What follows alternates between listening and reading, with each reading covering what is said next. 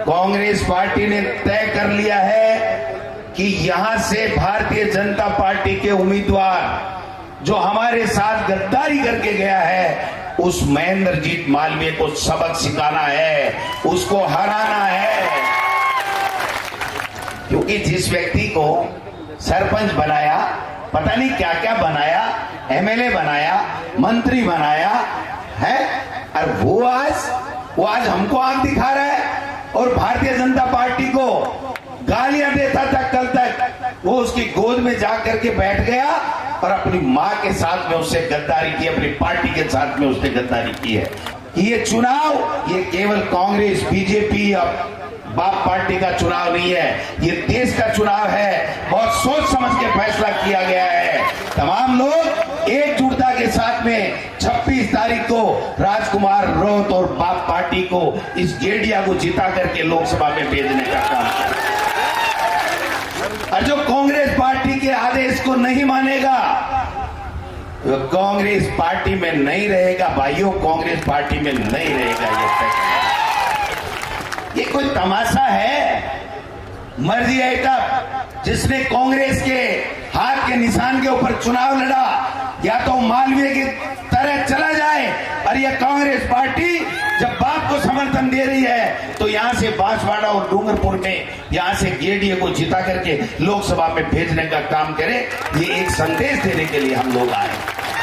ये 400 पार इसलिए करना चाहते हैं भाइयों कि इनको संविधान बदलना है, आपके वोट का अधिकार समाप्त करना है, आपका आरक्षण समाप्त करना है। पूरे हिंदुस्तान में 4 जून को आप देख लेना, वो 150 के अंदर रह जाएंगे, 150 के अंदर रह जाएंगे।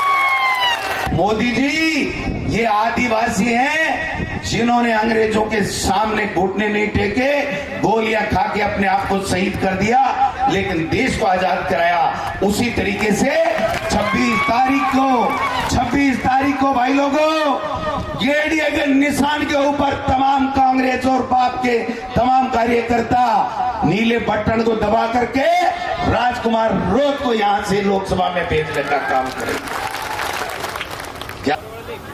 बात चली इंडिया गठबंधन की और भारतीय आदिवासी पार्टी का अन्य स्टेट्स में भी बातें चल रही थी अलायंस करने की, लेकिन वो बात किन्हीं कारणों से नहीं हुई। लेकिन इस पंजाब के शेर ने, हमारे रंधावा साहब ने कहा कि मैं राजस्थान में मालवीय और बीजेपी को हराने के लिए मैं अलायंस करूंगा और राजकुमार रोहत को जिता करके सांसद करूंगा। ये साधारण बात नहीं थी मेरे भाइयों। ये निर्णय करना बहुत कठिन था, और कठिन इसलिए भी था कि आदिवासी पार्टी और कांग्रेस पार्टी का जो पूरे 2-3 स्टेट्स में बात चल रही थी, उसमें कई तरह की अड़चनें आ रही थी। तो ऐसे में हमारे अखिल भारतीय कांग्रेस कमेटी ने निर्णय किया कि राजस्थान के बारे में निर्णय हमारे प्रभारी रंधावा साहब करेंगे। और आप सबने देखा कि रंधावा साहब ने वो निर्णय किया कि अच्छों की पिंडली दूजने लग गई, और देश के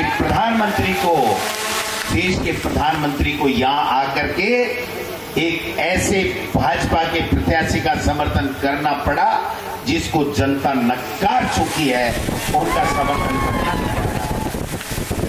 यहाँ पर जिग्नेश मेवाणी जी भी, जो देश के बहुत ही होनहार नेता और जो जब बात रखते हैं तो मैं समझता हूँ एक क्रांतिकारी विचारों के जनक हैं।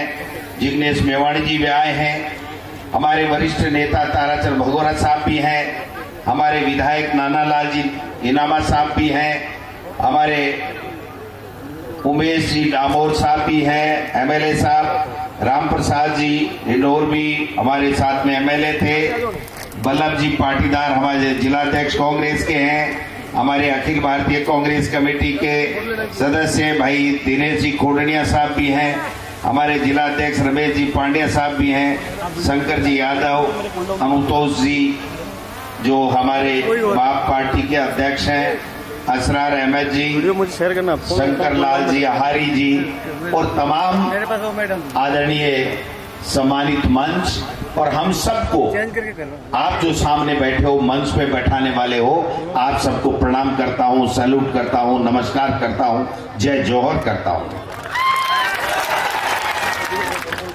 भाइयों, हम यहां 10:30 बजे पहुंचने वाले थे, लेकिन आपको तो पता है कि अभी बीजेपी में क्या चल रहा है, देश में क्या चल रहा है।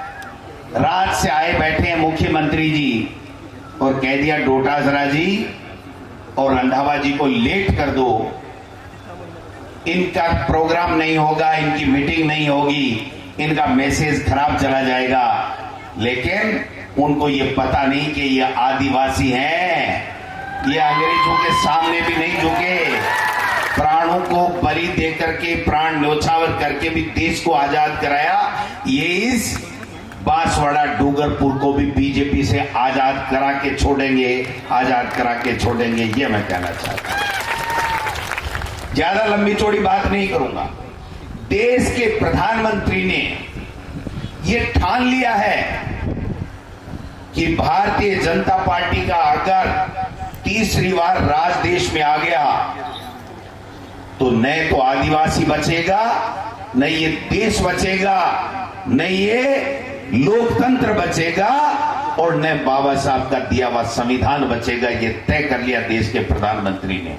और आपने देखा हुआ कि वो जिस प्रकार का भाषण देने लगे पहले फेज में, उनकी हवा उड़ गई। वो 102 में से जहां अधिकतर सीटें अपनी मान रहे थे, 30 सीटें भी उनकी आने वाली नहीं है।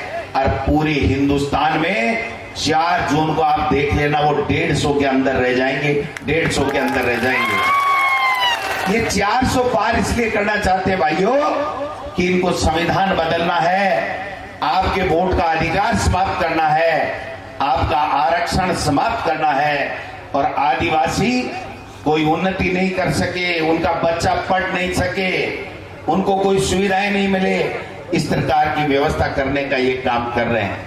इसलिए हम लोग आज स्पेशल चला के हमने कहा नहीं आना है, क्योंकि एक भ्रांति फैला रखी है। इस आप पता नहीं कांग्रेस में क्या है, क्या हुआ, क्या नहीं हुआ। मैं आपको स्पष्ट कह देना चाहता हूं इस मंच के माध्यम से, कांग्रेस पार्टी ने तय कर लिया है कि यहां से भारतीय जनता पार्टी के उम्मीदवार जो हमारे साथ गद्दारी करके गया है, उस महेंद्रजीत मालवीय को सबक सिखाना है, उसको हराना है। क्योंकि जिस व्यक्ति को सरपंच बनाया, पता नहीं क्या क्या बनाया, एमएलए बनाया, मंत्री बनाया है, और वो आज हमको आंख दिखा रहा है और भारतीय जनता पार्टी को गालियां देता था। कल तक वो उसकी गोद में जाकर के बैठ गया और अपनी मां के साथ में उससे गद्दारी की, अपनी पार्टी के साथ में उसने गद्दारी की है। इसलिए मैं आपसे निवेदन करने आया हूं, हमने बड़ा सोच समझ के फैसला किया है। मैं मेरे कांग्रेस पार्टी के तमाम कार्यकर्ताओं, तमाम नेताओं से आग्रह करना चाहता हूं कि ये चुनाव ये केवल कांग्रेस, बीजेपी या बाप पार्टी का चुनाव नहीं है, ये देश का चुनाव है। बहुत सोच समझ के फैसला किया गया है। तमाम लोग एकजुटता के साथ में 26 तारीख को राजकुमार रोहत और बाप पार्टी को, इस गेडिया को जिता करके लोकसभा में भेजने का काम करें। और जो कांग्रेस पार्टी के आदेश को नहीं मानेगा वो कांग्रेस पार्टी में नहीं रहेगा। भाइयों, कांग्रेस पार्टी में नहीं रहेगा। ये कोई तमाशा है? मर्जी है तब जिसने कांग्रेस के हाथ के निशान के ऊपर चुनाव लड़ा, या तो मालवीय की तरह चला जाए, और यह कांग्रेस पार्टी जब बाप को समर्थन दे रही है तो यहां से बांसवाड़ा और डूंगरपुर में यहां से गेडीए को जिता करके लोकसभा में भेजने का काम करे। ये एक संदेश देने के लिए हम लोग आए। आज कितने नीचे स्तर पे उतर गए देश के प्रधानमंत्री, सोचना नहीं चाहिए हमको। हिंदू मुस्लिम करने लग गए कि सारा का सारा मुसलमानों को दे देंगे। मैं कहता हूं देश के प्रधानमंत्री को यहां आकर के अगर उन्होंने भाषण दिया तो हमारे इन आदिवासी भाई बहनों को क्या देंगे, ये बात करनी चाहिए थी, न कि इस देश में नफरत फैलाने की राजनीति करनी चाहिए थी।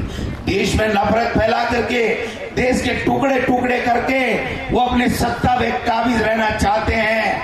ये मुमकिन नहीं है। मोदी जी ये आदिवासी हैं जिन्होंने अंग्रेजों के सामने घुटने नहीं टेके, गोलियां खा के अपने आप को शहीद कर दिया, लेकिन देश को आजाद कराया। उसी तरीके से 26 तारीख को भाई लोगों, गेड़िए के निशान के ऊपर तमाम कांग्रेस और बाप के तमाम कार्यकर्ता नीले बटन को दबा करके राजकुमार रोत को यहां से लोकसभा में भेजने का काम करेंगे। ज्यादा लंबी चौड़ी बात की जरूरत नहीं है। बात टकेगी ये कि वह कह दिया, हमारे पार्टी आला कमान ने कह दिया कि मालवीय को जिसने पार्टी के साथ गद्दारी की उसको हराना है और राजकुमार रोत को जिताना है। आगे की गारंटी हमारी है। भाइयों, कांग्रेस के तमाम नेता और कार्यकर्ताओं को कहना चाहता हूं, मैंने इस व्यक्ति को देखा है, एक चाय नहीं पी और पूरी 5 साल सरकार बचाने का काम इसने किया था। आज ये फैसला यूं ही नहीं हुआ है। अगर ये राजकुमार रोत, ये डिंडोर जी ये नहीं होते तो 5 साल कांग्रेस की सरकार नहीं चलती है। मोदी जी और अमित शाह जी पहले ही सरकार गिरा देते। इसलिए लंबी चौड़ी बात नहीं है।